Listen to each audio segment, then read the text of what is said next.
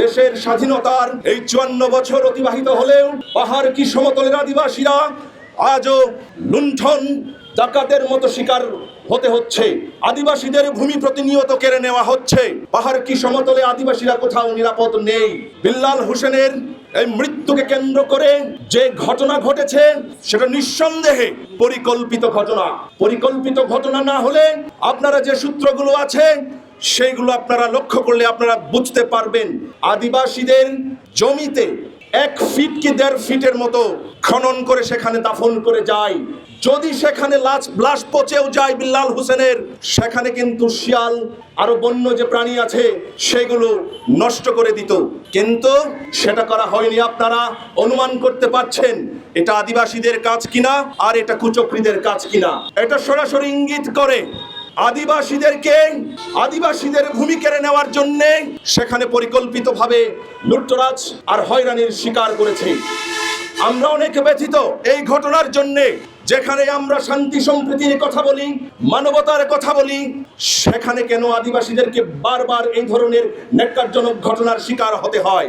স্বাধীনতার এ পর্যায়ে এসেও মুক্তিযুদ্ধের সময় বাঙালি আদিবাসী কাঁধে কাঁধ হাতে হাত মিলিয়ে এই লাল সবুজের পতাকা ছিনিয়ে নিয়ে আসার জন্য মুক্তিযুদ্ধ করেছিল, কিন্তু আজকে এই পতাকার তলে আদিবাসীদের সেই অশ্রুসিক্ত কান্না আমরা দেখতে পাই। সংগ্রামী বন্ধুগণ, 47-এর ঘটনা, 44-এর ঘটনা, 71-এর ঘটনা আপনি সূত্র গেঁথে দেখবেন।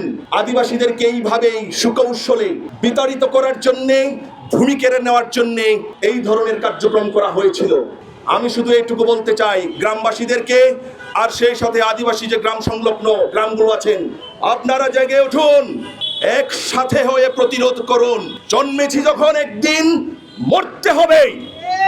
যদি মরতেই হয়, নিজের বাস্তুভিটা জমি, নিজের অস্তিত্ব রক্ষার জন্যে বুক চিতিয়ে আপনারা দাঁড়াবেন, প্রতিবাদ করবেন, প্রতিরোধ করবেন। দেশের সবাই খারাপ না, বাঙালি বন্ধুদের মধ্যেও আছেন আমাদের ব্যথা, আমাদের দুঃখগুলো বুঝেন, তাদের সাথে সম্প্রীতির আলোচনা করেন। আমরা শুধু এইটুকুই বলতে চাই, এই সমাবেশের মধ্য দিয়ে আমরা আর কতদিন এইভাবে হাতে ব্যানার ফেস্টুন নিয়ে দাঁড়াবো? আর কতবার আমরা চিৎকার দিয়ে উচ্চ কণ্ঠে আমাদের অধিকারের কথাগুলো বলবো? রাষ্ট্রের কি এখানে কোনো দায়বদ্ধতা নেই? প্রশাসনের কি এখানে কোনো দায়বদ্ধতা নেই? ঘটনা যখন ঘটেছিল প্রশাসন কেন সেই স্থলে যেতে দেরি করেছে?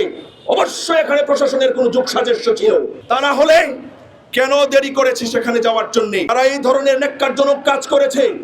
বিশেষভাবে বর্ডার বেল্টে যারা আছেন, যে আদিবাসীরা খুবই নিরীহ মানুষ, খেটে খাওয়া মানুষ, তারা দিনকে দিন তারা পই পই করে অর্থ উপার্জন করে টাকা জমিয়ে যে গরু ছাগলগুলো কিনেছিলেন, সেই গরু ছাগলগুলো আপনারা লুট করে নিয়ে গিয়েছেন, টেনে নিয়ে গিয়েছেন প্রকাশ্য দিবালোকে। কই, কোথাও তো প্রতিবাদ দেখলাম না আমরা। স্থানীয় যে মানুষজন ছিল তারা কি চিনে নাই তাদেরকে? কেন ব্যবস্থা হয়নি প্রশাসনের দিক থেকে এই বিষয়গুলো? আমরা সেই যারা লুটপাট করেছেন পরিকল্পিতভাবে টার্গেট করে করে, যেখানে কিছুটা সচ্ছল পরিবার, মধ্যবিত্ত পরিবার, সেই পরিবারগুলো টার্গেট করে করে ঘরের যে জিনিসগুলো উঠিয়ে নিয়ে যাওয়ার মতো ছিল না সেইগুলো কুপিয়ে ভেঙে রেখে গেছে। থানায় যে পূর্ব গজারিগুড়া এবং বন্ধধারা নামের গ্রাম রয়েছে, সেই গ্রামের পাশে একটি ছোট নদী আছে। সেই নদীর পাশে আধা ফিটের মতো হবে একটি গর্তে একটি লাশ পাওয়া গিয়েছে সেই আদিবাসী গ্রামের পাশে। তো সেই লাশকে এমনভাবে তারা গুজব ছড়িয়েছে, এমনভাবে মব সৃষ্টি করেছে, তারা ডিরেক্টলি বলছে যেন আদিবাসীরাই সেই খুন করেছে, আদিবাসীরাই সেই হত্যা করেছে। এমন মব সৃষ্টি করে তারা আদিবাসী গ্রামগুলোতে হামলা এবং লুটপাট চালিয়েছে। আমরা আজকে সেই হামলা এবং লুটপাটের সুষ্ঠু দৃষ্টান্তমূলক বিচার চাই, এবং যে খুনি, সেই খুনিকে আইনের মাধ্যমে এনে দৃষ্টান্তমূলক শাস্তি দেওয়া হোক, এই কামনা ব্যক্ত করি। দাবি নিয়ে আসলেই তো নানা ধরনের কথা শুনতে হয়। কয়েকদিন আগে আমরা দীর্ঘদিন থেকে আমরা আদিবাসী সাংবিধানিক স্বীকৃতি চাচ্ছি, হুট করে স্বরাষ্ট্রমন্ত্রী বলে ফেললেন যে দেশে কোনো আদিবাসী নাই, সবাই অধিবাসী। সুতরাং দাবি করলেই আরেকটা জায়গায় আমাদেরকে দূরে ফেলে দেওয়ার যে চেষ্টা রাষ্ট্র এবং সরকারদের, সেটাই আমরা আসলে লক্ষ্য করতে পারছি। নানা ধরনের নির্বাচনের আগে নানা ধরনের প্রতিশ্রুতি দেওয়া হয়, কিন্তু সেই প্রতিশ্রুতি আসলে সরকার গঠন করার পরে সেগুলো ওনারা ভুলে যান। বরঞ্চ এই যে আমরা দীর্ঘকাল থেকে বাংলাদেশকে একটা বৈচিত্র্যের মধ্যে রেখেছি, এই বৈচিত্র্যকে অস্বীকার করার জন্যই রাষ্ট্র নানা ধরনের পায়তারা করেন, নানা ধরনের ষড়যন্ত্র করেন। মানে কথা বললে সন্ত্রাসী, কথা বললে বিচ্ছিন্নতাবাদী, কথা বললে অধিবাসী হয়ে যায়, আদিবাসী থেকে অধিবাসী বানিয়ে ফেলে। তা আমি ওই বিষয়গুলো আজকে আলোচনা করতে চাই না। আমরা গিয়েছিলাম শেরপুরে, ঢাকা থেকে আমরা শেরপুরে গিয়েছিলাম দেখতে। সেখানে কি আমরা যেটা লক্ষ্য করেছি, দেখেছি যে সেখানে একজন শিশু, নারী, বৃদ্ধদেরকে, বৃদ্ধ সহ সকলকেই, ওই গ্রামের সকলকেই মানে হামলা করেছে। একটি মেয়ে বারবার কান্নাকাটি করছিল, সে কান্না এখনো থামেনি, কারণ তার অসুস্থ মাকে টেনে হিসড়ে লাঠি দিয়ে ঘর থেকে বের করে নিয়ে বেঁধে রেখেছিল। তার বাবাকে বেদম পিটিয়ে জখম করেছে, পরবর্তীতে তাকে হত্যাকারী বলে সেখানে চালান দেওয়া হয়েছে। আমরা লক্ষ্য করেছি যে সেখানে কিভাবে আসলে মব সৃষ্টি হয়েছে। একটা লাশকে পাওয়াকে কেন্দ্র করে সেখানে যেভাবে হামলা লুটপাট হলো, আমরা সেই হত্যাকারী যেই হোক, সে যদি আমাদের ভাইও হয়ে থাকে, আমার বোনও হয়ে থাকে, আমরা হত্যাকারীর পক্ষে কখনো না।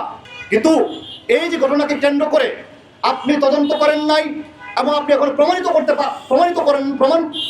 করতে পারেন নাই যে তাই বলে আপনি ওই গ্রামের সকলকে আপনি হত্যার উদ্দেশ্যে এবং লুটপাটের উদ্দেশ্যে এবং লুটপাট করে সেখান থেকে বিতরণ করার জন্য আপনারা যে পায়তারা করেছেন,